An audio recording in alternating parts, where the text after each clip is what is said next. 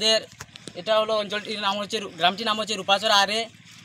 আজ প্রায় এনআরপি রাস্তা, এখানে 2-3 বছর আগে থেকেই কাজ হচ্ছে। আমাদের আগের যে গ্রাম পঞ্চায়েত আছেন, এপিজেপি, জেলা পরিষদ, ওনারা সামনে কতটুকু করেছেন 100 মিটার এবং পিছনে করেছেন আরও 50 মিটার, এরকম কাজ করে মিডিলে কোনো কাজ হয়নি। এই দেখুন আপনারা এভাবে প্যাক আছে।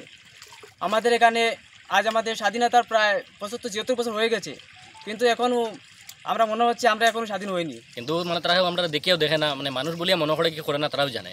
বেজান মন্ত্রী মিনিস্টার সব তো আইন জাইন দেখুন, খালি উইব হয়ে প্রতিশ্রুতি দিয়া হয় না। কিন্তু আজকে এমন হয়েছে বৃষ্টি তোরা দিয়া সালে যেতে পারে না, স্কুলে যেতে পারে না স্টুডেন্ট। কেউ যদি কোনো পেশেন্ট হয়, যদি পেশেন্ট আমরা লইয়া যেতে হয় না গাড়ি লেগে, একটা গাড়ি ঢুকে না।